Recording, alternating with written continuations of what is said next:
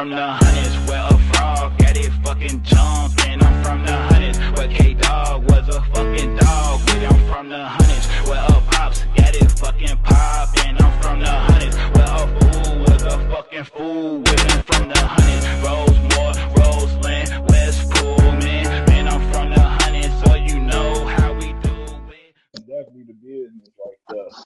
I definitely appreciate you coming on the platform at the end of the day. No, I appreciate you inviting me. You know, Indeed. it give me a platform to holler at some of these young grasshoppers, my brothers and sisters, and maybe we could clear up a few things tonight. Definitely, we definitely can. You know, it's an honor and pleasure to have you on a platform at the end of the day. You know, you have just some historical things, you know, throughout your life, and we're going to speak on those things. You know, there's definitely the platform for you to go ahead and elaborate on the things you have, you know, did in your lifetime. You know what I'm saying? At the end of the day. What I did in my lifetime. Well, I tell you what, Yeah. one thing I did in my lifetime, I woke up this morning. And somehow,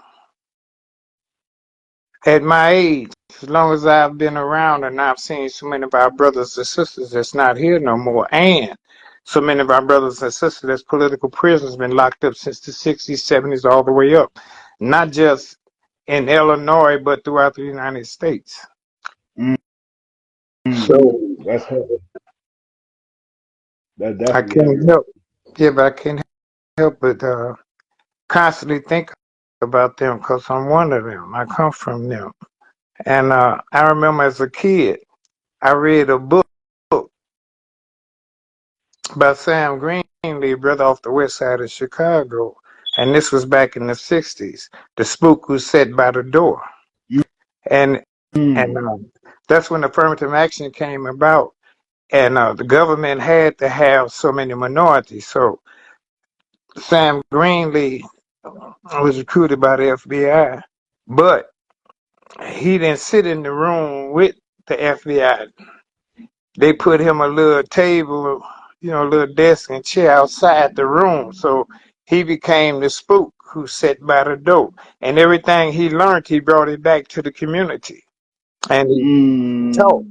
And like I said, I was a kid, I was a preteen when I read that. And I remember a few years ago, them devils was saying that, you know, like I got away. No, you know, like I said, I was the spook who sat by the door. Now I consider myself the spook who got away. Okay. And I have the opportunity, because what I've been through, like you say, through my life, to be able to have a testimony.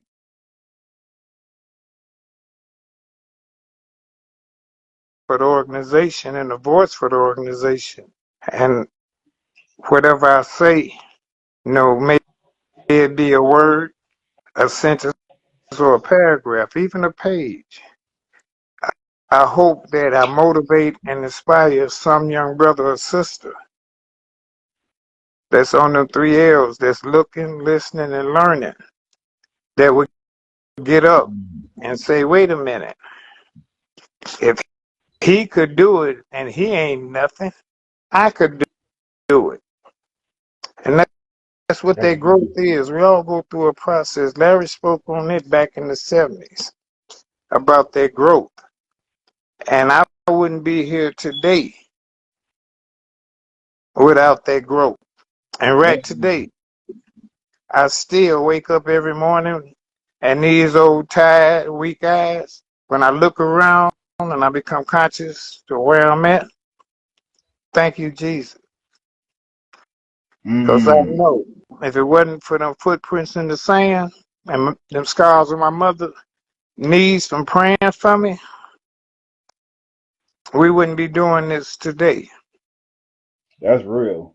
And then two, my brothers, which I say the 3 L's, my family, friends, and folks, they look at me like,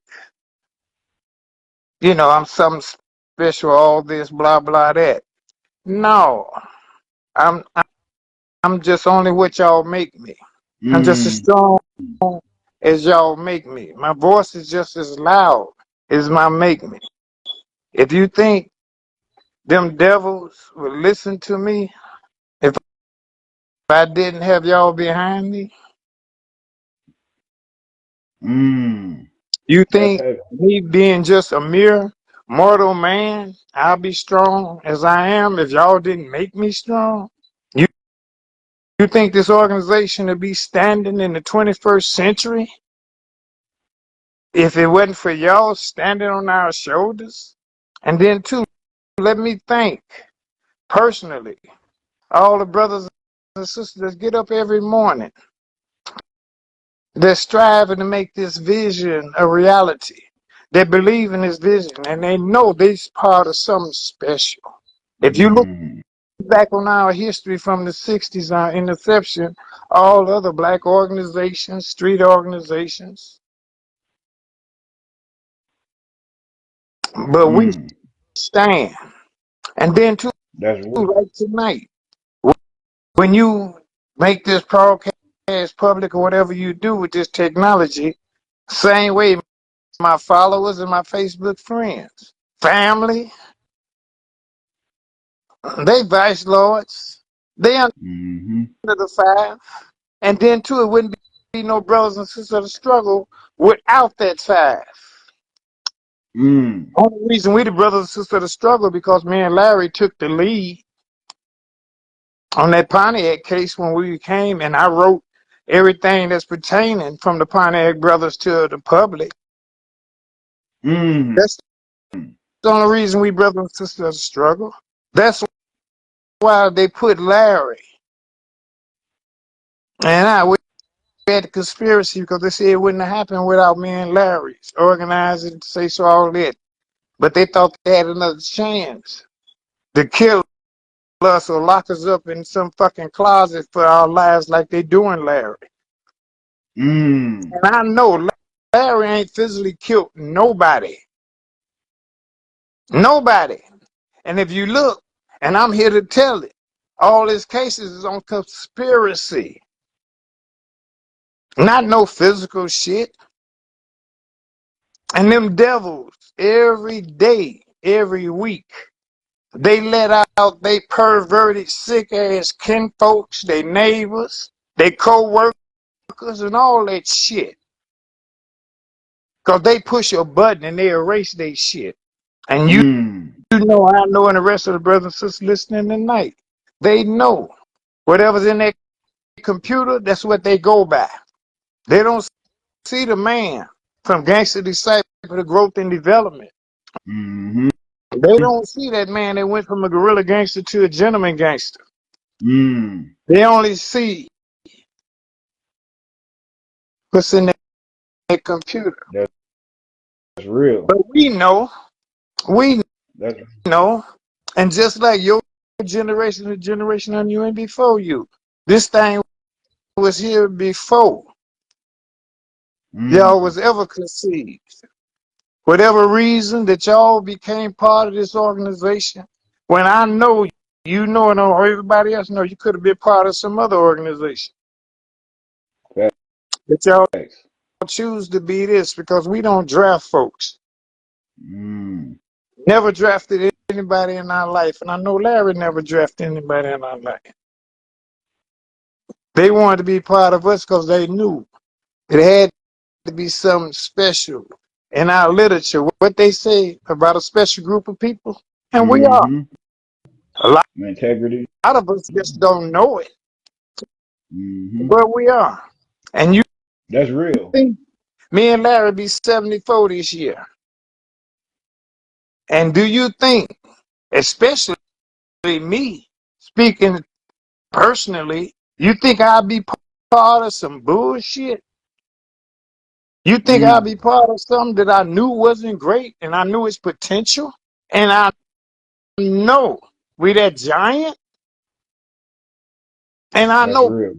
politically what we could do, and we have shown the world. That's why Larry where he is now. It ain't because of no fucking criminal laws, all that dumb shit. He's a political prisoner, his voice, his leadership. And what did J. Edgar Hoover say back in the 60s? Only way there ever be another black messiah if they create him. In other words, if y'all let one of them niggas live, it's on us. That's real. That's definitely real. For me And so, and Larry was 17 years old, a Chicago defender in the society column Charlie Cherokee wrote when we turned 18 that we was the next up and coming black leaders. And that was before Huey, Stokely Carmichael, H. Rap Brown, and all them. We was under them. that's heavy. That's heavy But right by the there. So time that's we was history. 22, Larry had 200 years and I had 20. Okay, so let's go ahead because you just laid a lot of heavy history on them. Let's go ahead and take it back, to when we first had our first conversation, about when I asked you about was you there when the Supreme Gangsters was formed, and you said, "Hey, I was there before the Supreme Gangsters was formed." So can you take Yeah, I don't. us from that right there where you were saying that y'all was called gents? It was y'all call yourself gents and No, we was the things of six that eight. nature. We were 68th Street Cobras. Cobras, Yeah, right? and then Reggie, Big No Reggie, them all 68th and Racine. They were 68th Street hoods. Mm, okay, Before the seven hoods and all that shit was on the west side. And they were 76. And then when we became Supreme Gangsters, they was our first branch. They was the Imperial Gangsters, and mm. was back. That was back in the '60s before we was Gangster Disciples. But like I say, So, we was 68th Street Cobras is because we met Dee Larry's rapper, Andrew Howard, and he a couple of mm, years older than us. And at that time, we was like 13 or some other shit, Diddy 15, 16, but he wearing a process. He wearing tailor-made coats, Stetson shoes, all that shit. He was on that old player shit. And you right? could tell the way Larry come up, the way he dressed, Mm, the way he moved, and he was impressed. And then we had a brother from Texas we called Tex that was a couple years older than us. He introduced us to the drug gang. mm, And we was like 15, 16 or whatever. But by then, Larry was running 69th and hosted. All the people, all the pimp players and gangsters, had to know Larry. So that was mm. our generation because David, Jeff, and all of them is a couple years older than them. And if I'm 13, you 15, I can't hang. If I'm Right? 16, you 18, I can't hang. If you 19 Mm, and 21, you know the fuck you don't want me hanging with you because you hanging with the grown folks now. But once we became 17, 18, we was able to hang then because we was young men. And then, too, by then, we had a nation. But then, too, our nation grew mm. because that was our generation. And just like with your generation, up till now, we do things different. Everybody got their own style. Y'all call it swag. Right? It was our style. When I speak about styling and profiling, I'm talking the 60s, 70s, and 80s. That's real. So can you give some clarity to because you said y'all was Cobras back in them days. So can you give some clarity? Was Mr. Larry Hoover ever part of BPSN Blackstones? Listen, Hmm. listen. Like I said, the way we got involved with that Blackstone thing, not because of Jeff, because of U.S. Ulysses Florida off 95th and Wentworth. They was Rangers. But Didi went down there and spread the word that this Larry Hoover nigga, and we was in the same age group, same generation. Hmm. So he invited the same way. Well, we'll get back to that, the history of the Supreme Gangsters on the west side. But he invited U.S. to the center on 68th and Halsted, and U.S. saw what time it was with us. Mm-hmm. When he got And that. back to 95th and Wentworth, shit, he was Supreme fucking Gangster, and they changed their name to Outlaw Gangster. And then too, like much, I have to, since I'm talking about the Outlaws, I have to mention Paradise. Mm. Now, you know, you from the 100th Expressway on Mm-hmm. 95th. Right. You got the east side and the west side. Right. So US had the west side of Right. 95th. Paradise Right. had the east side. State, Cottage Grove, you know, all the way back. And Mm-hmm. Paradise been doing life Mm. in Illinois Penitentiary since the 70s because he was caught up in that murder of killing this guard in Pontiac. Because one of these folks off of, they killed in Pontiac back in the 90s, one of the brothers off 95th, and they was convicted of avenging that murder for killing the superintendent. You know, but that's what Mm. back, you know, that's what I don't want to say that's what gangsters do, Right. but it go back to our roots. All for one. One for all. Oh boy, I Fact. heard you say, yeah. I not only I read your lips, I heard that. All right, That's right. Hey, real and that's talk. one reason we survive. Hey, that's real right there. You know, So but what did as far as so what Larry good. or his Supreme Gangsters, the original, never Mm-hmm. a Blackstone Range. Yeah, we met with Jeff. We attended his church meetings, even when Oscar Brown Jr. was doing the dancing and all that shit. We supported that from the penitentiary. Mm. And right today, some of the brothers and sisters was Oscar Brown Jr. and Judy Pace that was doing that Blackstone shit in the 70s. It was some gangster disciples, Supreme Gangsters involved in them choruses and them bands. Mm. That's real. Because you got to remember, we are students and principals of the civil rights movement. Me and Larry, 11, 12 years old when Martin Luther King came to Chicago. But did we meet? You motherfucking right. We met with him. We marched, engaged Park. But we didn't go for that shit when they started firing them firecrackers and spitting and throwing rocks. Talking about Bricks. don't break in. We got the fuck up out of there. Mm. That's When real. Okay. Martin Luther King came back, was on the west side. You remember the street organization was his security. His Mm-hmm. That's security wasn't just the vice lords, even though he was on 16th Street in their hood. There was LSD, his security. so okay. So at that, when because some people, might have a misunderstanding, and you can clear it up right now. LSD was Lord Stones and Disciples. Was Larry and yourself and the gangsters, Supreme Gangsters, part of that, or was it just the Lord Stones and the Devil Disciples or the Black Disciples? He was gangster disciples on the Lord Stone disciples. You got to remember, our root is gangster. Them our roots. Thanks. But we gangster disciples since 1969. That's the same way when they call that split, they're going to tell us that the original disciples ain't going back to their roots. Give a fuck. Give a fuck. Mm-hmm. And I knew why. Out of jealousy.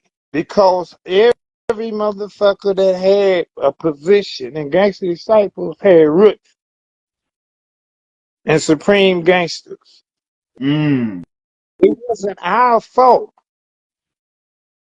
I fell off. So when I retired, that old time and the rest of them, they fell off and they sat down and like me, they got off count because they didn't like the way the direction the organization was going into. It was a jealousy thing. That's all So that was. It okay, was a power play. so okay, so when you say that, and so that was a later question, but you just opened it up because when you retired, it had been said that you actually didn't retire, and maybe you definitely could clear this up.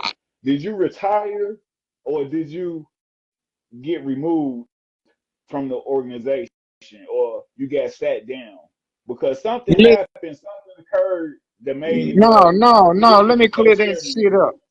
anymore. No, Yeah. I retired. The last words me and Larry spoke in person in the visiting room in Stateville, I told him, I said, look, Larry, you getting away from the concept. You selling out for the money.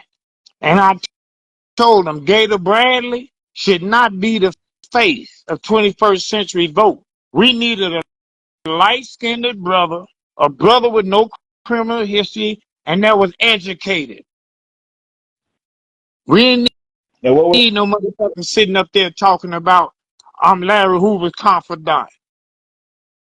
Where's Mm-hmm. when the last time any of us heard Wallace Bradley say Larry Hoover? He like the rest Mm-hmm. of them. Okay? No, how the fuck you gonna remove me? That's just like killing your daddy. Mm-hmm. That's just like taking the father.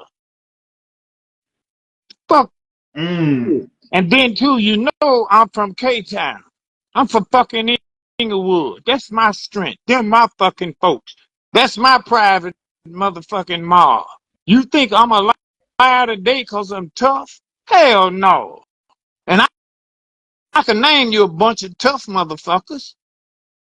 Mm-hmm. I'm a liar today out of love and respect. I don't demand respect. I earn my fucking respect. I'm not tough. I can't even box. I Okay. can't stand the sight of blood, and you know if you fuck with me, violence is the last resort. I deploy violence. That's like I Mm-hmm. try to tell these young motherfuckers. I've been a guerrilla gangster longer than I've been a gentleman gangster. The fuck you think I survived? So And what you is know, so? you follow this shit. You know who dead, who died in the streets. Right. So what did the accusations or people start coming up with saying that you was doing drugs in prison, and that's when Larry Mr. Hoover found out you were doing drugs, you couldn't be the co-chairman no more because of your addiction. Listen, However, listen, how you ever did well just listen. clear it up. I did my drugs, and I did a bunch of other shit. Not shame of it. Whatever I went through has made me the fucking man you talking to today. All my trials and tribulations just gave me a testimony. That's why I'm here stirring and a teacher. Everything you know and every other motherfucker know about this organization, I wrote or contributed to it. Mm, And look at me today. Look at me today. That's growth. That's the shit I speak about. That's the shit I live on. yeah, everybody got hurdles they supposed to I jump got a over. But we testimony. right. So you got a testimony. Ain't nothing wrong with that. But this Flacco Santana TV, we keep it real on here. So And we just I'm want to get real. some I clarity. ain't gotta lie. Yeah, we got Like I told you, yeah. y'all gotta write y'all history. Mine is already written and documented. What I'm doing for you today, these hunkies want to pay me for it. That's And fact. everything them hunkies put out here that y'all see on the internet about Gangster Disciples, the pictures, they get it for my shit. Mm, What they know, only thing they do is reword it, twist it, same way with my laws, concept, and all that other shit, and try to make it like they own. I look at all this bullshit that's on the internet about us, especially from them devils. That's our shit, and they just twisted it and got it all fucked up. And then all these motherfuckers that think they're about this thing, the internet, keyboard fucking gangsters. Same way when I made myself public used to make me sick. How they gonna challenge me? The shit I wrote, the shit they supposed to know, the shit they got off the internet from some other old fake frauds and phony motherfucker. mm. And the only reason I'm still doing what I do is for these grasshoppers. Hey, Cause I that's know real. when I first got on this shit, Hmm. I was living amongst the shadows. Michael G them begged me to come on this shit. And when I looked at it and I saw what they had on this shit about us and how these niggas showing guns, rolling blunts, every motherfucker's a rapper and all that other dumb shit. Yellow Brick Road, Queen Sheba, Fish Bones, and all this dumb shit. I was fucking embarrassed again. Mm. Again. Mm. Mm. And it fuck with me. And then I'm sitting back, I'm saying, fuck it. And I've been public ever since. So you got somebody asked the question saying, ask you about when did you went to California? Did you have you ever took the guy's money and ran to California? Took the man's money. Listen, let me tell you motherfuckers something. Me and Larry ain't never traded no fucking money. I always had my own. Always had my own. And I ain't Mm. never charged no motherfucker no dues and none of that shit. I've been feeding motherfuckers at first off of a plate. And that got to be overflowing. Then I started feeding motherfuckers off a platter. That got to Mm. be overflowing. Then we just kicked all that shit off the table and ate off a trough. Mm. Listen, I got family, friends, and folks that I finance back. That's doctors today, entrepreneurs Mm. that got bachelors, masters, all that shit. The motherfucker ain't gave me a penny. In fact, a few weeks ago, when them devils, because I live in that town, I got to be legit now, even on the road, like my man Ray say. This ain't Chicago. You can't do what you want to do. So I got to get legit with my license. I ain't had license since 2016 legit. And when I Mm. got through paying all that bullshit, I ain't had no motherfucking money. I live on over $900 some a month, Social Security, disability bullshit. If it wasn't for K-Town and Naptown, Mm. I'll be doing that gorilla shit. Because before before I let a nigga make me out of a bigger, I'll take that shit. Mm. I heard that shit. So with No, that being, me and Larry ain't never traded money. so you ain't never took no money from the mob Fuck, before the organization. You ain't fuck, never I'm the went. mob. I'm the fucking mob. I ain't never even collected dues. I ain't never charged nigga tax money. For what? I had my own. How you think they got fucking money? Okay. So when you told Mr. Larry Hoover, hey, I don't think that Wallace Gator Bradley should be the face. I think we need a light skinned brother. I think, these different thoughts that you gave to him, what was his reply?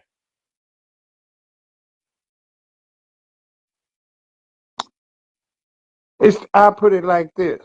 The same way I told him, Shorty G shouldn't be doing what he doing. Same way I told him, Junior Hope shouldn't have a city doing what he doing. Mm. Same thing I told him, Bobby Lowe shouldn't be the IC of Stateville doing what he doing. And like I say this, the last time me and Larry sat down at a table face to face, I told him I was 40 fucking years old. And my law was the original 16 before they fuck with them about free enterprise and about you could retire at 35. I put them on notice because I didn't like the way the organization was going. And I wasn't going to be part of that.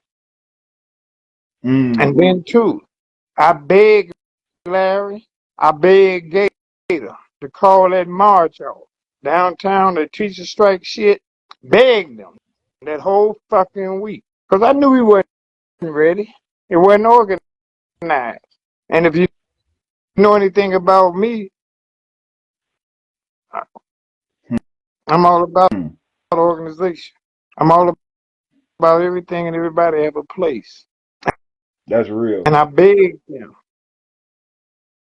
And then when they got downtown, already it was already looked like an unorganized mob chanting. And 21st Century Vote. That's the first time we made 21st Century Vote that the politicians and the public sought association with us and 21st Century Vote. Now, before that, we had got plaques for registering more new voters than any other political organization for 2 years. Mm. We was instrumental in putting Harold Washington in office. Carol Mosley Brown. We fuck with Obama. All of them. Every black politician. That's why you think Jesse Jackson, all of them come to Chicago, because they knew that silent army. If they wake them up, we can make a difference. That's like real. No, I begged them. And then when they got close to the city hall, they had the attention of the world and all them devils. They standing outside, they looking, and they went to chatting. Daily must go. Daily must go. You hear me? I had to fight back tears, and I'm watching that shit live on Madison and Keeler in my stronghold. And I knew then that was the beginning of Larry's end. If you look through history, even in my generation, the 20th, 21st century, every time a black man challenged them white folks openly, what they do. Like the white folks told me in Pontiac first time I went to a disciplinary court. I'm pleading my case. 22 years old, that hunky let me speak. And he whispered to me, he said, yeah, Martin Luther King Jr. was right too. So I knew then, and I had to grow some more. That's real.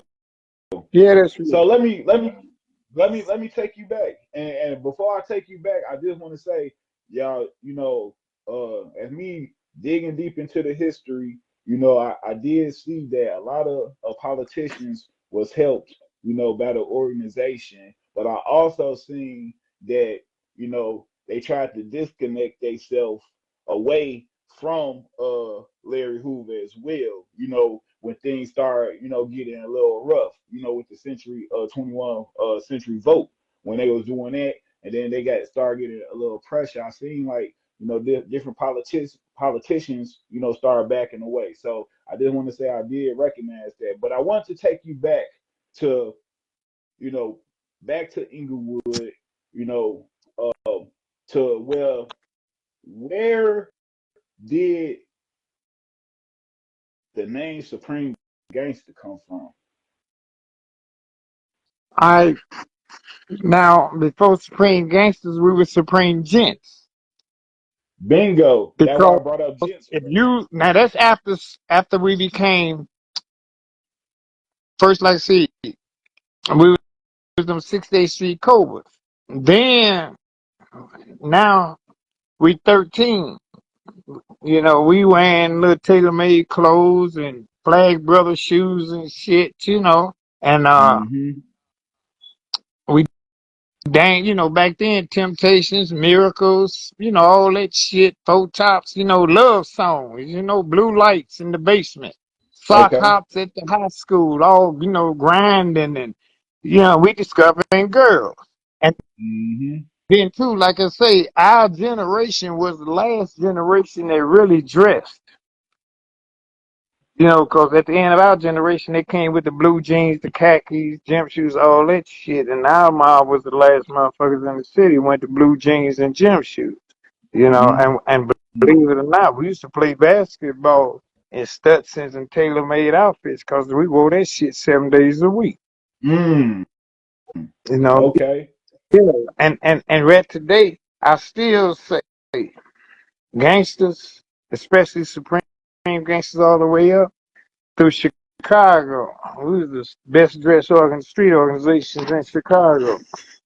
And you can see Larry set the pace.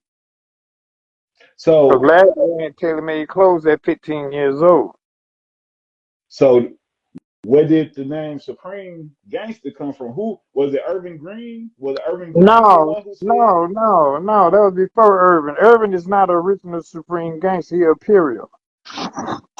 But see what had happened. Like I say, we used to be up in Larry's bedroom after school because he used to have to babysit because he still had two brothers and a sister. You Mm-hmm. know, Miss Cooper used to be a barmaid because she had to get paid under the table. So when we come from school, she'd go to work. So we'll Mm. hang at Larry's house. And then too, like I used to say, his bedroom used to overlook the guys and gals parking lot, and that's where all the pimp player hustlers and the hookers and shit used to congregate. And we used to cut the lights out in Larry's bedroom and listen. And then across the alley was the York Hotel from his backyard across the alley. So we used to see the pimps take their hookers, be taking their tricks up through the back door to the hotel. And we'll go downstairs and kick it with the pimps and shit. Larry was attracted to that shit, And Mm. that's where we got that street shit from. And by the time we 15, Larry running 69th and Hostage, 71st, all the way to the Vine out on 74th. Because once you back then, the 60s, early 70s, you cross the Vine out, that's where the white folks were. So what? So was it a agreement amongst you and all the guys? Say, hey, we're gonna call ourselves Supreme No, Gangsters. what Like, Supreme came from really. If you notice, Supreme Gents, that means Supreme mean we over top all y'all. Remember, we the new generation. We was born mm-hmm, and raised in Chicago. We had that bond. mm-hmm, We didn't come from the South, even though Larry, mother, them, my family was born in Mississippi. But I was born in Chicago, and Larry came to Chicago as a kid. right? So we had that bond. That's why that's why David them couldn't get us. What was our motto? All for one. One for all. You couldn't do one to us without, and like I say, Mm. we that new generation. But like I say, that Supreme came from back in the 60s. Who was the slickest Supreme? I mean, a lady soul group. The Supreme. Dinah Ross and the Supreme. They was on Mm-hmm. top of their game. And we was consider ourselves gents. We was dancing, dressing, We just discovered girls. Shit. And Mm. why not? That's Supreme Gents. real. So that's saying we just a cut above. Went from We Supreme only Gangsters became to Supreme Supreme Gangsters. Gangsters. We only became the Supreme Gangsters because the street gave us that name because they said them little motherfuckers fighting like they gangsters. And seeing what we had Mm. on a bunch of other organizations, we was organized. We always went to the drawing table. We But y'all was always said, small though, right? huh? Was it the Supreme Gangsters small, like a smaller group? Because We the were the big the smallest. We were the smallest organization as far as the streets anywhere. Yeah, mm. but like I said, all for one, one for all. So And how then, did you go ahead. no, Go the ahead. same You was gonna say something? way I hooked up with Larry. Now I lived in the Royal Disciple neighborhood. They was my childhood school friends. But I have three older sisters, and I got two under me. And Mm-hmm. you can't be my friend and go with my sisters. Mm. Family first. And then as they was getting older, fucking with them Royal Disciples, because that's who they went to school, grew up with and shit. I had to keep getting farther away from home because I didn't want them to tell my mother and father what I was doing. And that's where that silence and secrecy come from. When I wrote them, oh, Mm. this is why silence and secrecy #1, because I've been living it all my life. Because my sisters, them is still hidden. So, So so I okay, so couldn't, go ahead. so I had to be secret what I was doing in them streets, and I couldn't tell no motherfucker because they'd tell my mama and daddy. That's where silence Mm. and secrecy come from. That's why I've been like that all my life. That's why I'm still alive today. I hate that Yeah. I didn't take pictures when I was active through my teen and early 20 years and shit, but what we was doing, I couldn't make it public. You know, Mm. and then too, like a lot of gangsters, when you do press interviews and shit, in public, I always used to tell them to take a picture from our back, not from the front. And they couldn't use use our name because I knew what we was doing, and then a lot of them through the years would thank me, even though they was mad at the time. They would thank me because they seen other brothers and sisters that made themselves public or took pictures that the police traced them. It's the same way me and Larry don't have no tattoos, no ear holes in our ears, nose, all that shit. Because the first time you get arrested, that's what they looking for. And I got shot with this scar on my face when I was 18. And I used to hate that. Because I knew every time motherfuckers say that they have any identifying marks, if they say, yeah, he had a scar on the left side of his face or a scar on his face, they're going to pull my picture up. That's real. So let's get into Ike Taylor coming from Englewood, going to the west side of Chicago, and establishing Supreme Gangsters. The west side is a predominantly people, side, vice lords, things of that nature, especially back in them days, the laws was heavy. You In know the what I'm saying? So 60s, in yeah. the 60s, vice lords and Cobra ran the west side. But when I got over there in 67, the same year, cause that new generation, the same year I come out the Mad Black Souls. Okay, Mm, Willie Lloyd with the unknown vice lords. Freddie Gay with the Four Corner Hustlers. And mm, then the west side is a small concentrated area. facts, facts. So now I didn't start Supreme Gangsters on the west side. What it was by me going through the Artie home, Mm-hmm. juvenile, and then the penitentiaries and all that shit, I met a lot of brothers. In fact, I met Willie Lloyd in Sheridan when we was 15. We had 3 fights because I was the good little shit for the gangster discipleship, even though we weren't gangster, but we was out of Englewood, south side, and he was the little shit from the west side. And then we come to the conclusion, back in them days, you give respect, win, lose, or draw. And Mm, even though I think I kicked his ass twice, he might have got out on me once.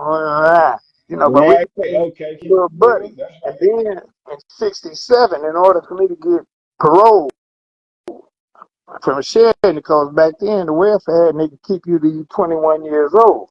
All right. Mm, And I'm turning 16.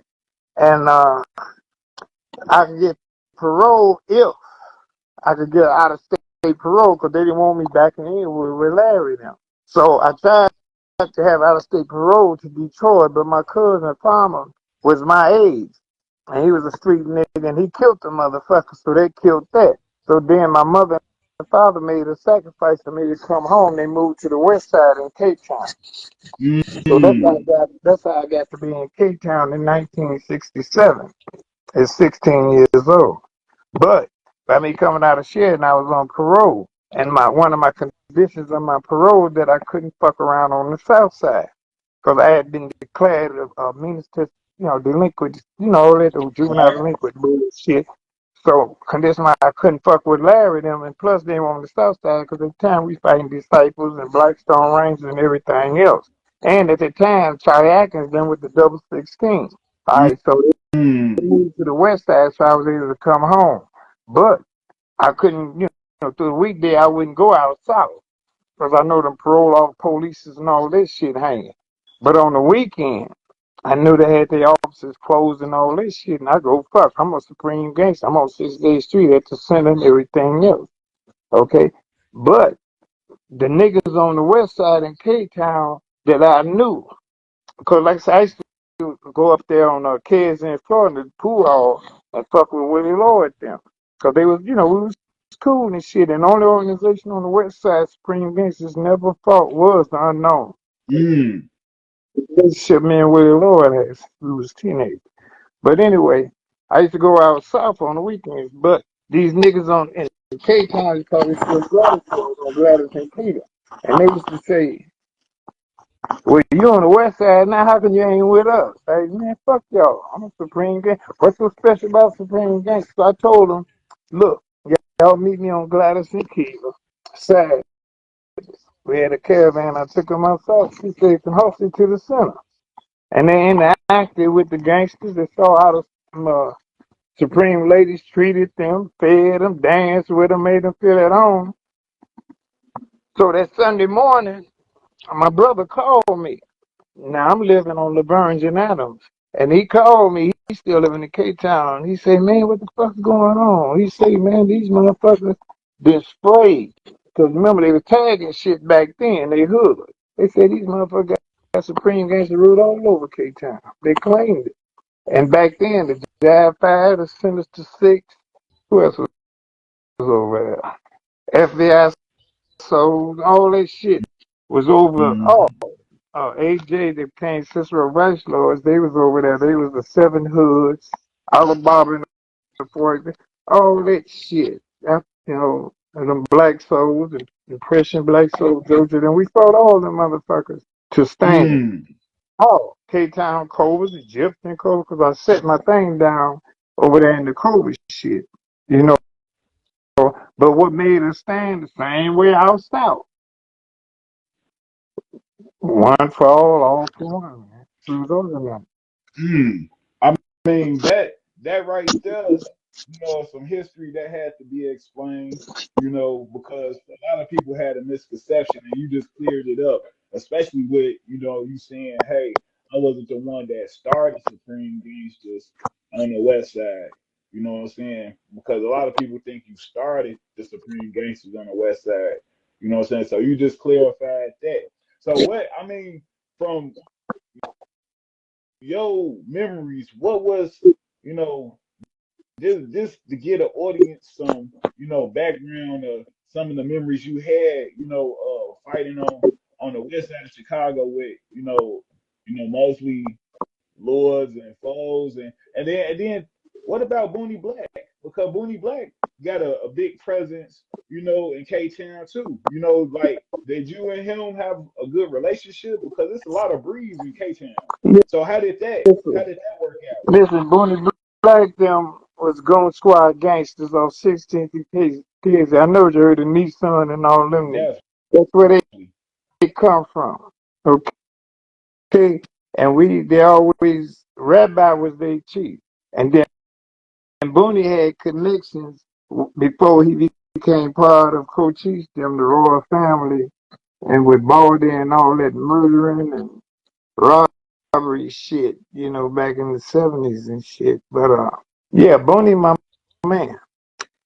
Okay. And then too, even the New Breed, that's why them young folks fought the New Breeds. We never did because his nephew, Marcellus, Mm. was one of the chiefs and shit. And Marcellus, when he was a kid, a teenager, he stayed on Jackson in between Keeler and Kildare and my stronghold. And my center was on Keeler and Jackson. And Mm. he used to come down to pay him as a kid to clean up. And then when folks had work over there, how motherfucker hookers and all that shit work, that third shift. And they used to come there Mm. and get their party favors and throw their rappers in and out and all that shit. I used to pay my sellers them to come every morning and clean that shit up. So So. as far as the New Breeds, Hmm. when they got down there on Keeler and Van Buren, that was sanctioned. Hmm. Because like I tell motherfuckers at my age, if I check some of you young motherfuckers, I gotta explain this shit to your mother and father. They ran with me. Mm. That's real. That's definitely real right there. For real. That's Like I real. say, Marcellus them with the New Breeds and Booney them. Booney, to me, he wasn't really no active chief of the New Breed. Because he was Mm. Marcellus them uncle. They used his name. You see what I'm saying? Name and his reputation. And then my relationship with the black gangsters. See, Cochise, Pimp and all them, Nissan, all them, they're a year too old than us. Both of them, that's, they my elders in a sense. They my mentors in the streets. They didn't fuck with me and I ain't fuck with them. They did their thing, I did my thing. It's a Definitely. thing. Back then, there was a thing about respect. It's just like when we was working the streets. Couldn't no any motherfucker come lay their shit down in our land, you know. Hey, that's real. That's definitely real. But So I then, mean, oh, go ahead. now I'm listening.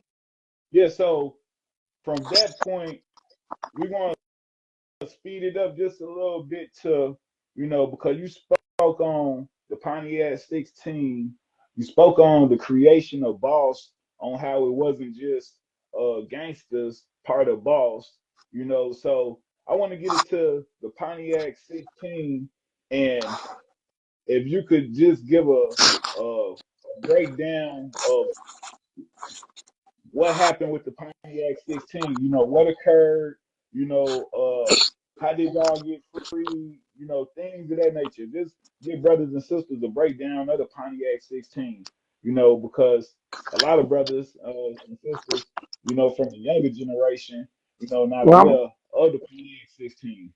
but what I'm gonna do, I'm just gonna give you a tease because that's another book, Okay. But the ride, not the ride, the rebellion came about because this brother, well, he did now, Roosevelt Daniel. You know, he was playing both sides of the middle. Black past this and that, and he was promising the black souls because he knew Joe Smithton was run the black souls in Pioneer. And you're fucking with Blanc Rubin, them the Rukins, and you don't get them this, get them that, because all his whole life, him and his family wasn't nothing involved but street pharmaceutical business. Mm-hmm. So I had told Roosevelt, quit spreading yourself too thin, and I told him he couldn't, bring that white shit in here. But niggas gonna do what they do. This is all they know. But anyway, when shit hit the fan, when the delivery got there, Roosevelt decided he wasn't gonna fuck with the vice lords or their rookies, even though he promised he was gonna look out for them. And Mm. so there was a thing. So the vice lord tried to stab L. Rook and tried to stab Roosevelt. Roosevelt a gangster. Roosevelt still the vice lord that was on. So I couldn't afford for the joint to get locked down. Because, too much shit going on and we couldn't stand that institution shakedown. So, and plus Larry there. He had just got there. So, long story short, Mm-hmm. not to have no, you, you know, brothers killing brothers and all that dumb shit, it got to Right. be fuck these hunkies, because Stateville is on lockup with that split with the black disciples and shit. Larry got the Pontiac because he had been locked up in the tombs because of that shit. And I didn't go for that split shit in Pontiac. So they sent Larry to Pontiac for me to pacify, put him under wraps. And so Pontiac Mm. was on lockup, and instead of somehow it must have came about that the brother decide instead of killing each other is check these motherfucking devils the way they treating us.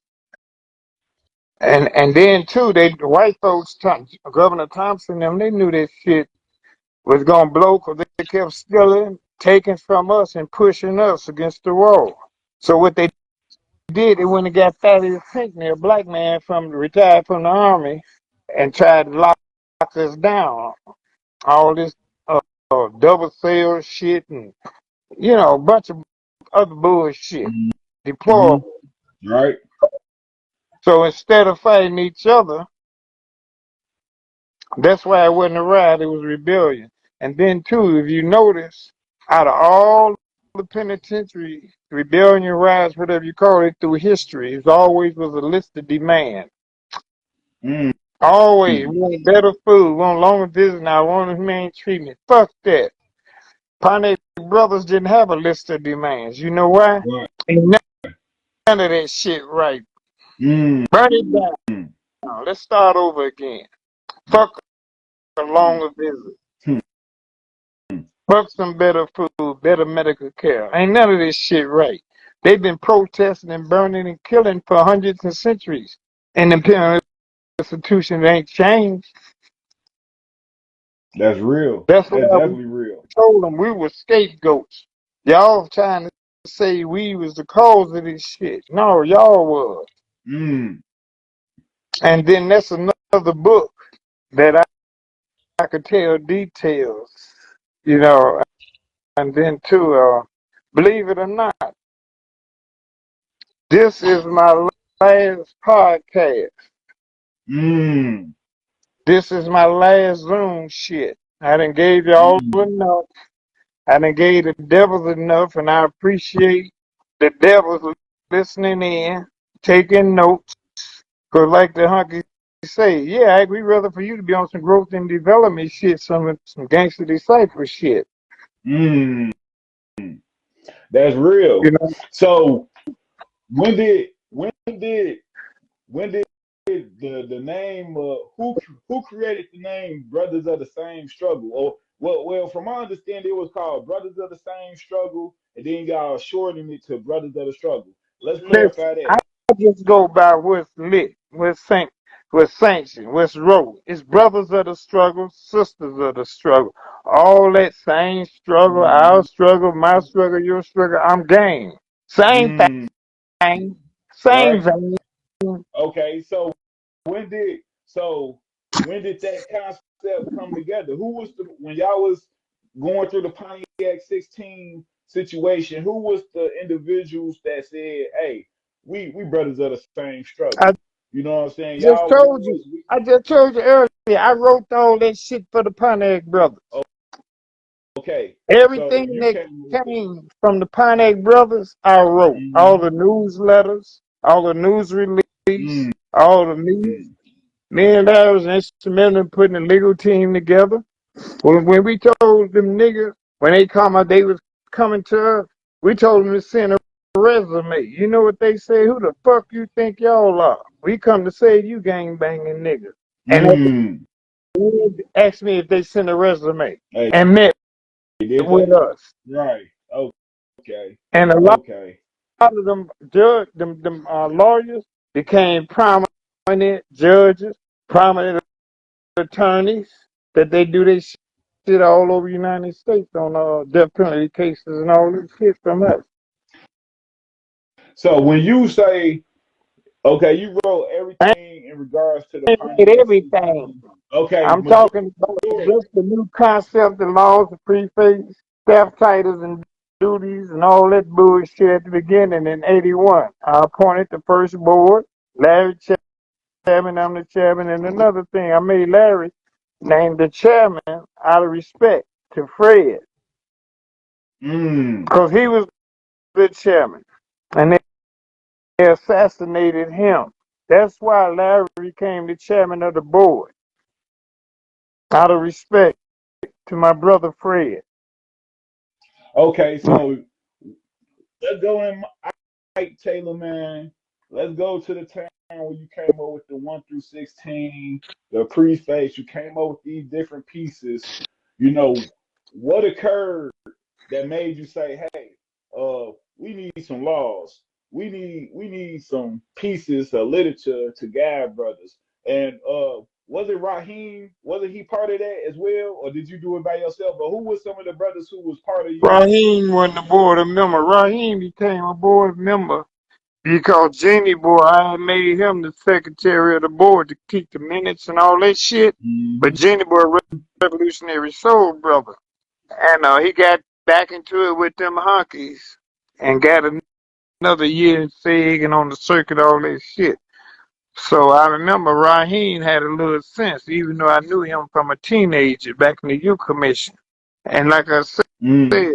I don't give a fuck about a motherfucker's sexuality, is his mentality. And I knew what he used to do, but I needed a secretary of the board. So Larry agreed. Now I didn't never make him no board member. Only board members I ever appointed was the ones I appointed. All them other motherfucking board members for the last 30, 40 years, that's on them. So And if you ask me, what board members is that you appointed? Let's put it down in history. What board members did you appoint? And these would be the Lord, original board members, wait a the minute, with the original. wait a minute, with the understanding and Larry Bless and some of his personal shit, even though I didn't agree on a couple of them. But I'm going to name them. Low, Fatty, that's Haywood, Mm-hmm. Duffy, Junior Hope, me and Larry.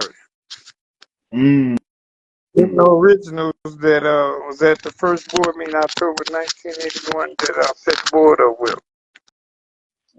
Now anybody else after that, Larry appointed them like with Raheem and all them other ones, you know. And just like a lot of brothers and sisters be asking, well, why so and so or so and so wasn't a board member? Well, it's like this. I feel, Larry feel, is they service and dedication to the organization. They don't need no title. What they represent to the organization is above a board member. Because Mm. you got some brothers and sisters, man, that even you might not believe it today because of these new generations that's loyal. And they've been loyal for the last 60 years. And they still stand on it. And it's just like I try to tell these brothers and sisters. In your everyday, normal life, you come in contact with brothers and sisters that's original gangsters, original recyclers, and all that shit. It's just the stigma of the name we have and a position that's in the community or in the job market. They on some silence and secrecy shit. But every fucking day, they live in Mm. that vision. Them the ones making this vision a reality. Them the That's ones good. shoulders y'all stand on. And then too, now that a lot of us in our 60s and 70s that's still alive, they get in contact with me and they ready to tell their story. And in fact, we got a few documents coming out. And one of them, I'm proud to say, we part of Warner Brothers. It's Mm. fucking Mm. with us. You That's know, and major. just like that interview I did on Talk Right Interview, they've been begging me to do another interview. And I That's keep real. telling her with my granddaughter, Cree, she handling that. But I told her, I did that other little shit on the low ball just to get my name out there and do a little teaching. You know, but they got to pay me. And I'm not sitting on no little fucking ass stool no more with my replacements. I'm not sitting in no cold ass air conditioned room. I'm controlling the Mm-hmm. heat. I want a recliner and all that other good shit. And the price of the pork sky high. They gotta pay me, and then too, it's twofold. I can still teach. Mm. I That's can real still, right there. That's you know. real. So fuck. Yeah, utilize the podcast I'm doing free. That You hey, know. look, that's real, and I definitely appreciate you coming on. But I do want to ask you this: when the split came, what was you there? Or I know a lot of people put it on Don Dirk that the split happened, but I also heard of a brother named Little Harlem. You Little know, Harlem Harlem had nothing to do with that shit. Harlem ain't been in Chicago in over 30 years. Motherfuckers don't know if Little Harlem dead or alive. They don't know how Harlem look. And so I'm that's just the saying truth. that Little Harlem that had nothing to do with the No, Little split. Harlem is a teenage friend of mine. He ain't Mm. been in Chicago, I'm telling you, in over 30 years. So what? And Why wait a was they minute, saying how many, Lil wait a Harlem minute, Killer Ed? Those was Killer Ed come the out of brother Englewood. Oh, you talking about Killer Red, they Killer kill a Red. black disciple. Yeah, Yeah, Killer Red. yeah, Yeah, why they that's was my, saying Killer Red and Lil Harlem was the ones telling Larry like, nah, we want our own thing, we ain't with that and blah blah blah and all that. It I ain't up with that, but I was just know, Don Dirk. It was Don Dirk. I, I, I fought Dirt and I fought Shorty, cause they spearheaded that shit. It's just like now, every function that we have, every function they have, with Killer Red them, I attended Mm. out of respect. We brothers. Mm-hmm. Even though he represent black disciples, so be it. Bunch of them, Highsmith, all of them, they still black disciples. At my reunions, at my parties, all pick, birth, all that shit. Everybody in there ain't no motherfucking gangster disciple. They Mm-hmm. everything, everything. Mm-hmm. And I fuck, yeah, man. It's just them young niggas that don't know. That's on that Mm-hmm. black disciple and that gangster disciple shit, and it's sad. Yeah, I fault Durkee for pushing that shit. Durkee got that Napoleon complex. That Napoleon Mm. complex. And You ain't try to talk to him and tell him, Dirk, all hey, Dirk, what you listen, doing? listen, Trying to bring listen. it I'm gonna tell together. you, I've been trying to extend the olive branch to them motherfuckers last 30, 40 years. But this the thing, and I'm not conceited. And ain't no big ass little U's, and ain't no bigger than the next motherfucker. But Mm-hmm. they, they won't sit with me. And then too, if you notice, I think I told you before, as many public pictures as I take throughout the United States, it's certain motherfuckers that you ain't never seen me in a picture with. Together. Like you were saying, the unity. If everybody just use their resources, you know what I'm saying, and just bring them together, that's definitely a positive look. That it can have a bigger impact. You And know what I'm saying? let me say this now, Flacco. And if they think they can't do what they do or reach their potential because of me, I step out the way. I got a life. Mm. I step out the way for the betterment of the organization because, like I said, I ain't got no juice. I ain't got no say so in everyday GD affairs, business, or who they appoint, don't appoint, nor even throughout the United States. I'm just a historian. I'm just a teacher. I ain't got no fucking juice. Mm. But I got Cape Town and Englewood Right. because that's And my home. a lot of people, right? And that is your home. And earlier you said, hey, uh, I am GD. I am the mob. This is my mob. And a lot of people will take that, and run with it and say, hold on, you ain't the creator of this mob. You might have a West Side, the West Side brothers, and you might, been from Inglewood, and you have a lot of significance in history, but this ain't your mob though. I didn't say it was my mob. I said Cape Town and Englewood, my personal mob. So it's Personal. so personal. Personal. So you got a mob within the mob. Yeah. Yes. My personal mob, just like motherfuckers got their personal security, their personal boards and all. I got a personal fucking mob. Why you think I'm still alive? Mm, I could say that's my personal security, but no. right. I got a This personal fucking mob, not mm, just in Chicago. mm, that's And I'm not tough. being conceited, big headed, none of that. I ain't got to prove shit to nobody. No. And I don't like speaking on it, but I'm just saying, I'm not tough. Why you think I'm still alive? Don't you know how many motherfuckers want to beat me up, want to kill me? How many haters I got within the mob? Can't you know when I come around? Brothers that supposed to have position of authority before I could come around or whatever, they start thinning out because they know they can't really be a chief if I'm around. And then they know they scared their constituents might ask me some shit or call them out on some shit they said or did. And I'm going to tell the truth because I ain't worried about no motherfucker fucking with me because I don't fuck with nobody. And if the truth hurt a motherfucker, so be it. You got to bear Mm, that cross. And then too, I ain't tough like I say, but then again, I know my worth. Don't no motherfucker want to be known to fuck with me in or out, mm. cause they know I don't fuck with nobody. So didn't the school board, or didn't the people, like when you were going to Malcolm X College, didn't they try to kick you out of there, or wasn't they trying to do something, They, in regards to saying, they wouldn't. hey, They wouldn't pull. I had a GED program back in '68, '69 or some shit.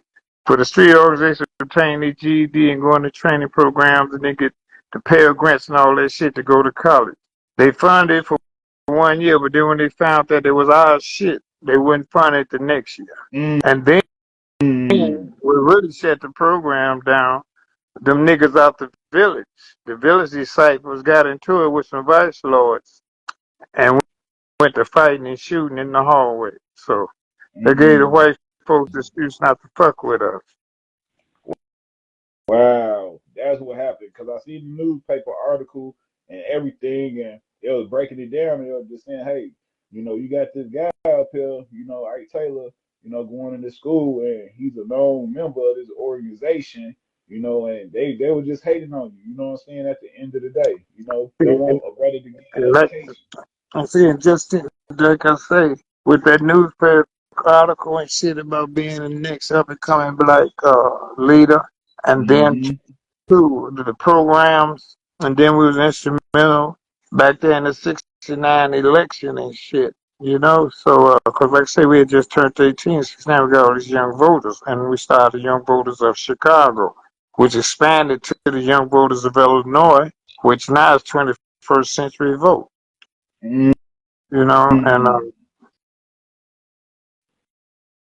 yeah, I'm with you. they've been. Go ahead. I'm sorry. No, you good because I know it's your bedtime. I know it is.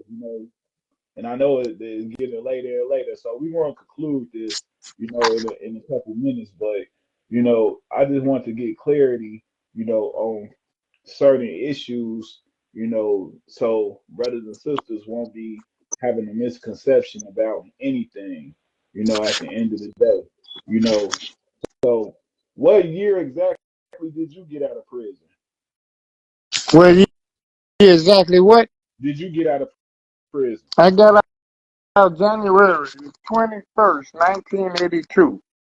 We beat the Pontiac case May of '81. That's when I put the concept together, all this shit, because I was gonna max out. And I told Larry I was gonna put something down that was legit. I was gonna put it on paper, and if we follow it, we'll be okay.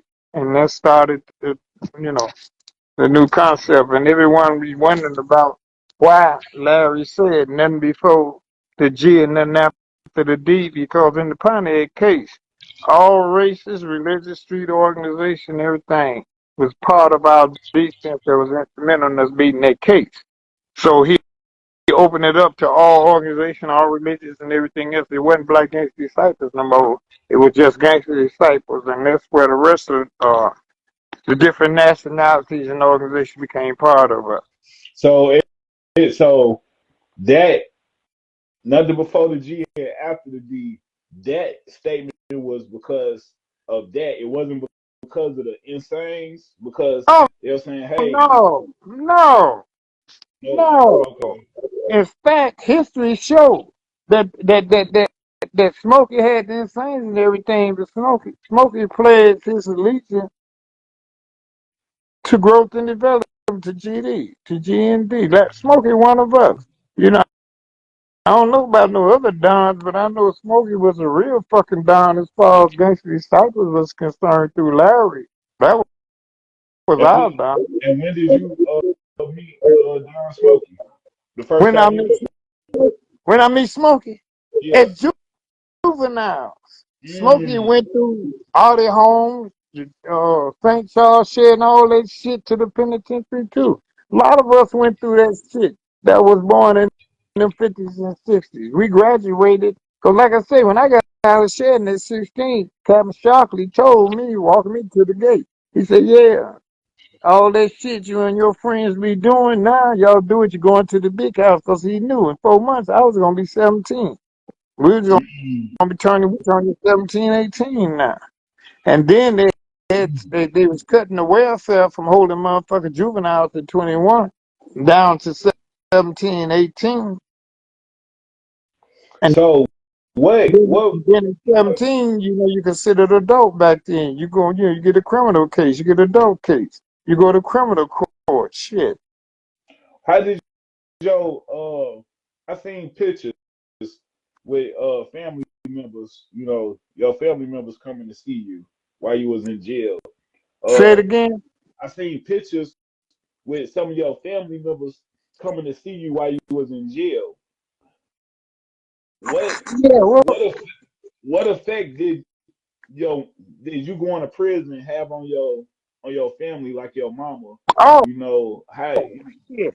Well, listen, my mom, rest her soul, she's a hell of a lady. She never forsake me. Every time I was in any audit home, any youth camp, censorship and all that shit, even through the county jail visits, penitentiary. For the first 5 years until I caught that Pontiac case, my mother visited every month. And back then, you didn't get but 5 visits a month. I had to reserve a visit every month for my mama and my brother and my family. And she never forsook Mm, me. And after the Pontiac case, we didn't have visits for damn near a year. And we were transferred to state there. We living on death row. And this the first time my mother was able to visit in damn near a year. And this first time she ever seen me with the handcuffs on, with the belt, with the box, with the handcuffs. First time she seen two honkies trailing me, and I got a chain between my legs. And she let out a squeak or a sound that I never heard in my life out of my mm, mama. And at that time, I'm 28 years old. Yeah, I heard it hurt. And my brother went to holler, how could you do this? My mom been coming here for 5 years, blah, blah, this and that. How could you do this? And now, because they only going by the news media, and you know who control that shit. And I'm definitely. trying to tell them, listen, I'm cool. My life ain't meant to end like this. I just knew it had to be more to my life than that. I Mhm. never lost a minute of sleep. I didn't change my lifestyle, except for we had to get down and do that law shit and them class, all that shit. But other than that, I just knew my life had to have more meaning to that than to die like this. And I always said there's two things I didn't want to die. I didn't want to die in the streets, and I didn't want to die in the jail cell. Mm, that's real. Saying that, you know,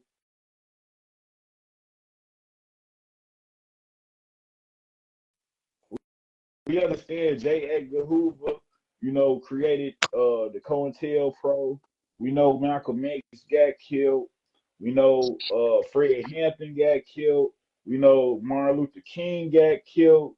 You know, we can go down the list of black people who tried to bring liberation, to, our people. They didn't get killed or they didn't get in prison. Jeff Ford, Mr. Larry Hoover, and we could go on and on. My thing and my question to you is, I know you're an older brother and you older in age, but do you ever be fearful of, you know, the powers that be utilizing the tactics that they have to do something to you? Like, you never thought to yourself, hey, me coming out here in the public, speaking like this, I'm putting my life on the line. These people don't want unity with black people. Things of that nature. You Yeah, never. no, I'm not gonna live in fear. If that's the case, I couldn't be a gangster. I Mm, fought every organization in Chicago and live. No, fuck them. Fuck them. And if they do me, they do me. Already, I know. I done outlived every fucking president, every governor, lieutenant governor, state's attorney general, all that shit in my lifetime. The motherfuckers that mm, prosecuted got Larry locked up. Safe and all them bitches still alive, but we gonna outlive them bitches too. Fuck them. mm, And if they do me now, it's too late. Because mm.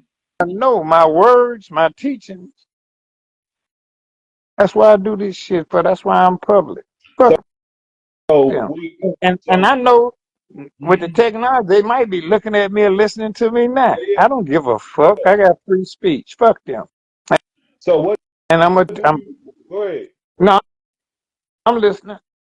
So what do what I mean? So when everything is summed up, when people speak your name, when people think of you, you know what I'm saying? What do you want people? What do you want your legacy to be? Do you want it to be, hey, I was the brother who was the co-chairman of Growth and Development. I was the one who wrote the literature. Do you want it to be, I was a brother that changed my life, and I'm giving back to the community, saving these brothers' lives. What legacy do you want to be known for? You want I to be want to known as be. King I just want. Listen, Flacco. Taylor. I just want to be known as he was one of us. That's all. Mm, I'm one of y'all. I'm no bigger, no better, no stronger. I'm one of y'all. Like I told y'all, I'm just as strong as y'all make me. My voice is just as loud as y'all make. I mm, couldn't have a voice without y'all. I can't be strong without y'all. Them huckers would have been dismissed me. It's just another nigga. mm, No, I'm just know that I'm one of y'all. You know, ain't no big ass little use. Fuck that shit. mm, I'm one of y'all. Just like Larry, we used to play basketball. We was on the same team. Niggas be scared to foul a motherfucker. Larry used to stop the game and tell a motherfucker, come on now. You know, mm. come That's on real. now. Yeah, come on now. Play defense, right? You Yeah, trying to win. that's why in our lit about sportsmanship. Mm. Yeah, come on now. Stick me like you stick that ugly motherfucker, you know? So who gave you the order? I know you say silence and secrecy was the first one because having with your sisters and things of that nature. So what made you go down the list and say, hey, number one is this, number two is this. We're gonna put aid and assist here. We're gonna put this, that, and that here. Where did you come up with the order from? It wasn't no order. I don't know about no order. I just knew that the 16 was just what a young man's supposed to do anyway. Just be honorable, Mm, respectable, be righteous. Just like me and Larry haggle over the law of the original about the hygiene. mm, But if you look at us, we all stay clean. We mm, all stay fresh. And then too, the same way with drugs, about injecting the consumer and habit forming drug. We know motherfucker want to get in fact, when we was discussing that, we smoking bud laced with cocaine. Shit, we in our 20s. Fuck y'all. You know? mm. But like I told Larry, it ain't gonna make no motherfucker stop doing what they want to stop because we ain't the narcotic police. But we just hope they'll take it behind closed doors if they represent our thing. Mm, that's some history for y'all right there. So Larry Hoover he wasn't no drugs. He never smoked. No, You never see him do no, he no just drugs. smoked weed, and I only knew him back then in the '70s. Like I say, every now and then we'd lace a joint with some cocaine, but that wasn't no every night thing. And we didn't smoke weed every night. You know, Mm, yeah, he fell out with me when I started getting out. You know, but right. shit, it was that getting high, go fucking crazy with what was going on. And then too, So, my health, I had to, in my 40s, I had my first hip replacement, both of them. mm, And then when I'm 70, I had both my hips replaced. In fact, they had to build me another hip to hold the motherfuckers. so when you say Larry fell out with you because you was getting high, is that the moment where he said, "Hey, you no longer could be the co-chairman"? He ain't Even never if said, wait a minute, y'all got this, he ain't never said that. That man ain't never said I wasn't shit. mm, He ain't never said I wasn't shit. And I didn't quit fucking with him when I retired. Only time I quit mm, fucking with him after the feds got him in Colorado and shut him down like that. That's the only fucking time. That man mm, ain't never told me no shit what I can and cannot do. He ain't never fucked with me nor my shit. I always had my own thing. I just told you earlier. We ain't never right? even chopped no fucking money. I always had my own thing. Okay, And well, money whatever money we got, remember, he was still locked up. I was free. mm, Okay. Well, I mean, they just add some more clarity to it, because That's that's not great. right But hey, the little man on my shoulder say, ask me, do I give a fuck? there. Do you give a fuck? No, Okay. give a fuck what a nigga think, cause I know. That's why a lot of niggas won't fuck with me, cause they know I know what I know. I'm come day one. I know who's Mm, who. mm, It mm. ain't my place, cause I don't fuck with them. They do their thing, and they don't fuck with me. But I know. All you faking ass niggas, y'all ain't paid no fucking dues. Ask some motherfucker certain niggas that's supposed to be Larry's nephew and he this, he that, he part of royal family shit. Ask him how come over the years. He ain't never been to Miss Cooper's funeral, Heads, Guffin. He ain't been to none of the reunions we have every year in Mhm. Ogden Park. Yeah, I want to say, I think you're referring to that Carl Smith brother. I ain't say I that. think, well, I'm saying that Oh, because, uh, yeah, because I know that I was going to interview Gator, and that was one of the main questions I was going to ask him, about Carl Smith going around saying, "Hey, I'm related. he Gator ain't my daddy, and Larry my uncle, and I'm related." And he been going along. He been seeing that for years, storyline for for years, years, for years, for and it's not years. true, and it's not true. So But he got a following. Just right. like them niggas, he be selling shit and don't deliver. And then if it is some inferior shit than what they paid for, and just like the concept, we made all that shit public. The blueprint, how the motherfucker selling the concept or the blueprint? That shit ain't to be sold no boat. That's why it's made public. I'm okay. It was made to the public, but wasn't the blueprint in stores? I mean, didn't people have to Yeah, purchase it? cause just It had because a that price on the just back of it, just because Emery copied this shit, reworded and all that other shit, that don't make it right. You didn't see we didn't endorse it. If any motherfucker should get the money off the blueprint, is me and Larry. and why is that? Why? I know Because I know it's Larry Hoover, but why our yourself? lit is free to the public. It's not just for growth and development, just not for GDs. It's for the black as a whole. It's for mankind. Because if motherfuckers listen and listen and live according to the concept, they'll be successful, man. They'll be free. Mm, They'll grow. They'll grow. yeah, That's why it's a Larry universal wanted it teaching. public. That's why he Hmm. made it public. It ain't just for us. It's what's right. That's just like saying Martin Luther King. You Hmm. know, he should have made that just for his organization. Well, I mean, if The I Panthers, mean, it costs money. what It it be costs if the money. It Panthers costs kept money their to shit? republish it. I'm just saying, it costs money to republish it. It costs money to print the books out. It costs money. So you I know, if you don't understand have, it, but what I'm saying is our shit is free. I don't care, Emery and whoever else selling it. If niggas want to buy it, it's cool, because the only thing I do is just research and they'll get it. right? I know I But if give it out for free. I they give want out to the pay for it, so be it. I ain't knocking the motherfucker. But I'm just hmm saying, if it was to be sold, me and Larry should have sold it if that was the case. It ain't to be sold. It's for all of us. It's just like now, like mm. you say, a lot of them brothers and sisters under the fire. You know, they on my Facebook page. They follow me and all that other shit. They learning and listening. And every now and then, they give me a shout out or a thank you.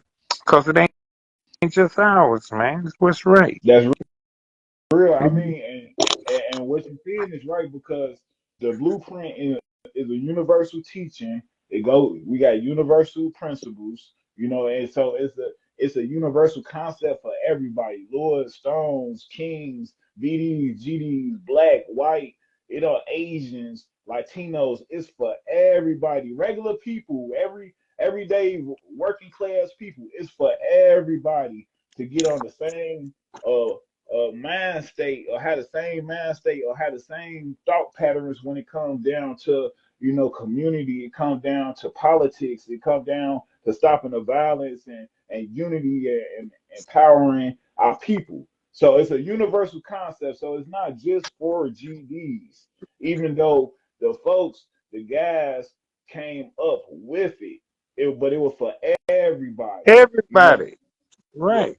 It's for everybody. all of us. And all of us are benefiting from it. It's a lot of folks that ain't just players with us that's benefiting from it. And like I say, they looking, they listening, and they learning. And that's what it's Mm, for. That's what make our organization great. It's not just for us. You know, and all great leaders create leaders, not followers. mm. We don't want followers. We want leaders. That's why we do what we do. And listen, you know what time it is, right? Yeah, definitely. The way you just looked up at the sky and you just looked up at the ceiling and looked up, I already know what time it is. Yeah.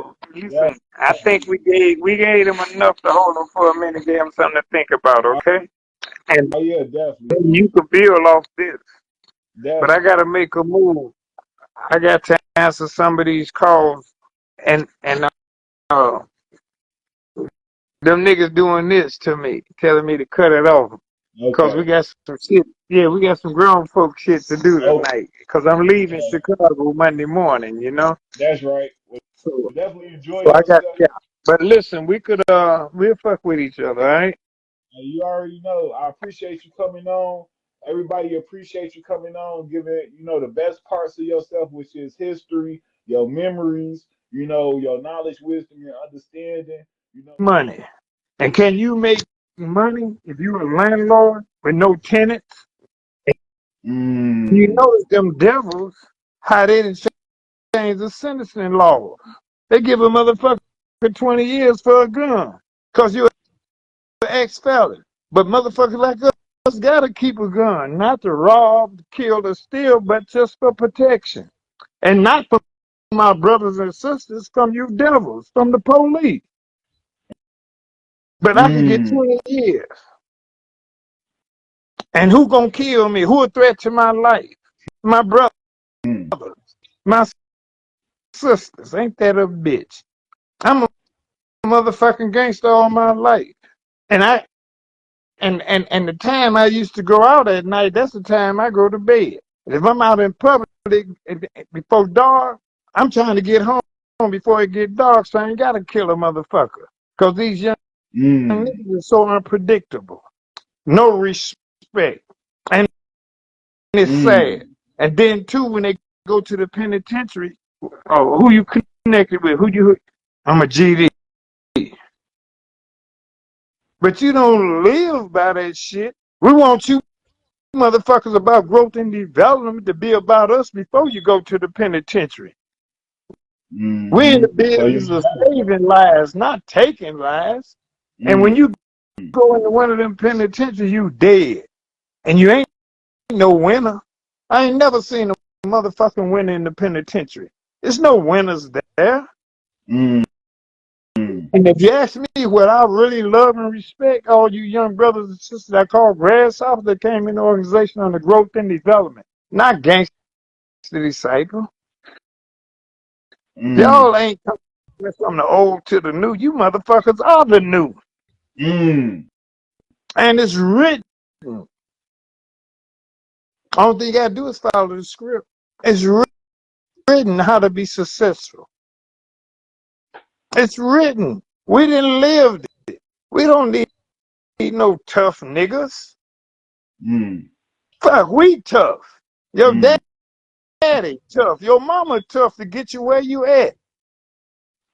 We want y'all to have a better life than us. We want y'all to know and recognize the shoulders y'all stand on. We mighty. Look what we done with nothing. Look what we didn't come from nowhere. Come on, y'all. And then y'all talking that Larry shit. Honor that man. You think he gonna Mm. live for fucking ever? Mm. I only live to see him free. May he come out in a box, on a fucking gurney, wheelchair, on a. So be it. I want to be there to see my brother free. And that's what I live for. That's what I live for. That's where I get my strength from. Mm. So what can people do to to all the folks out there, to all the folks out there who claim and love and say they GD and things of that nature, what can they do to better? Unite. Only thing we could do is fucking unite. Unite is our only fucking solution. That's our only solution to life. Fuck them niggas that call themselves chiefs and girls, all that shit. If they ain't right, move on. If your girl is a dope selling, nothing ass giving back nigga, fuck him. He ain't one of Mm, us. How can he be part of the we? No, we don't want mm, that. And we supposed to be intelligent brothers and sisters. You mean to tell me you can't make a living honestly? What you think that vision is? Larry said that vision is all of us getting up every morning, going to school, going to work, no matter if you're a garbage collector, no matter if they got you in the basement with the slow kids, you're going to school, you're going to fucking work. Learn everything. When you go to work, don't just learn your job, learn everybody. Learn what? everybody's job. And can you imagine if all of Mm-hmm, us was getting up every morning, going to work, going to school, being educators, being professionals? You see what we talking about? And if everybody registered to vote on the 21st century vote, mm, that's that sleeping giant Larry talked about for the last 40 years. That's why he in that closet now for 52 years. what? What? What started? And hey, this is an excellent question. What made Mr. Larry Hoover start thinking about growth and development? Was it because Growth, he got locked up? growth. He ain't the same motherfucker. He went into the penitentiary at 22. Mm, That was, we mm, went in the 70s. Concept, under the new concept, come out in the 80s. Growth and development come out in the 90s. That's that fucking growth he speaks on. We constantly growing. Look at y'all. Look what we right, doing. right, indeed. That's that growth. Mm, And we look at me, 73 years, I grow every fucking day. I'm growing from tonight. When mm, I wake up in the morning after I say thank you, Jesus, and I realize I'm still cool, I'm going to grow a little bit more.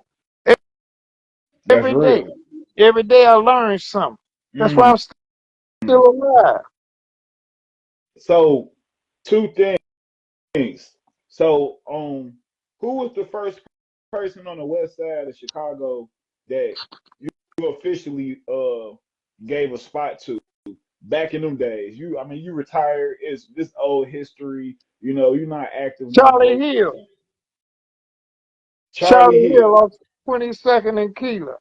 Mm, Charlie Hill, but Charlie Hill blew his fucking hand off fucking with hand grenades and then he got killed. He was ahead of his time. He had too much gangster. mm, Same way with G. Sharp, Junior Hope, and the rest of them. mm, Russia, you know, he to wind up dead in the streets. mm, mm, But Junior Hope to wind up dead in the streets. mm, Crusher dead in the streets. It had to mm. be something to that, man. Ain't no one motherfucker bigger than this mob. That's real. That's definitely real. And rest in peace to them brothers. At the end of the day, rest in peace to all them brothers. Them You know my what I'm saying? childhood friends. Them the shoulders I stand on. Mm. You talk about Big Crusher. You was close to him. Original Crusher. The original Crusher. Oh, Yeah. 60 to Greg Knox. Mm. A lot of them brothers was disciples when it Greg Knox, came over. rich disciple. A lot of them. Right, A right. lot of them. So But they black. still rep. But that's our generation. Hmm. Yeah, they went to their rich black disciples, no problem. And the thing it was, Dirk them thought we was gonna go back to our and say, fuck y'all, well, we the original gangsters. Mm. No, no. Out of love and respect to what David represented put together, we kept Gangster Disciple. That's real. And I'm just giving the history because a lot of people don't know. A lot of disciples, when that merger happened, a lot of disciples stayed with the gangsters, and they Yeah, became a lot of the disciples that stayed with the gangsters. They became board members and things of that nature, and people don't know that. You know what I'm saying? So people just need to know history and dig a little bit. Get some clarity. So that shows you the unity that the GDs and BDs had. You know, it's still it's still. today. My Mm-hmm. generation, still today. It's one love. It's the same way with the Vice Lords and the Rukas. Minister Rico, them, I met with him last month on some projects over on the west side. Mm. One love. What? Well, I don't know now, because tonight I was going on 69th and Ashland and hanging with Killer Ed, them, do some old folk shit, play some dominoes and talk shit, tell a couple of lies. But this Right. damn near my bedtime now, you know? Okay. Yeah, yeah, definitely. I mean, it's definitely been a pleasure. At the end of the day, a lot of people watching, a lot of people going to watch this. Very impactful. It's going to be, on the brothers and sisters. Let's clear this up. So was Irving Green the head of the Supreme Gangsters? Let me tell Where do what? you real quick how that came about. Mm-hmm. Larry took a leave of absence from his spot to deal with his business in the streets, right? Mm-hmm. So about 2 o'clock, I was staying at the Great Mill Hotel over there on Washington and Homan.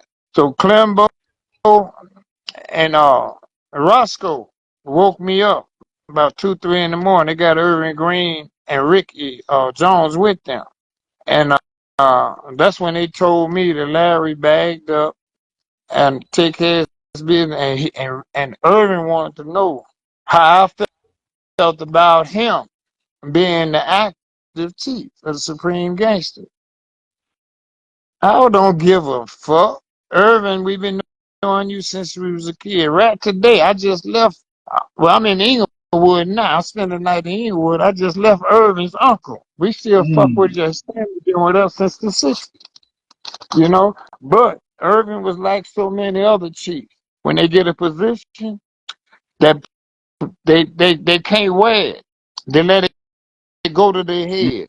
And he Mm. became bigger than his position, or he thought. That's why he got killed.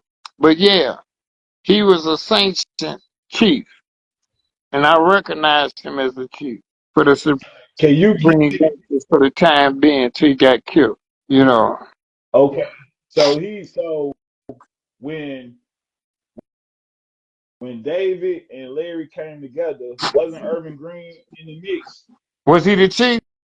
Yeah. Because No, people, let's clarify this right now. Let's clear this up right now. Did the gangsters elect Mr. Larry Hoover to be the king no, or the president, or was it no, King no, David no. who said, No, "Hey, it, it you over the never, gangster"? it never was no election. It never was no Democratic type shit. The same with me. Larry became the chief by default. Mm. Okay, Martin Givens Mango was our first chief. Mm. Ricky Jones Mm. had more chief status than Larry, but we went to the youth commission, St. Charles Shed and all that shit camp. Larry never went. Mm. He was always home. So that's how he became the chief. So by the time Martin Givens got killed, Ricky Jones, you know, he wasn't chief material per se. Plus, like I say, he was in the youth commission and shit. You know, Rufus McCoy could have been chief. You know, there's a bunch of them. But Larry didn't never go to the youth commission. And Larry had that charisma. And then I'm going to tell you something. that everybody recognized. And Larry, if nobody else, we did.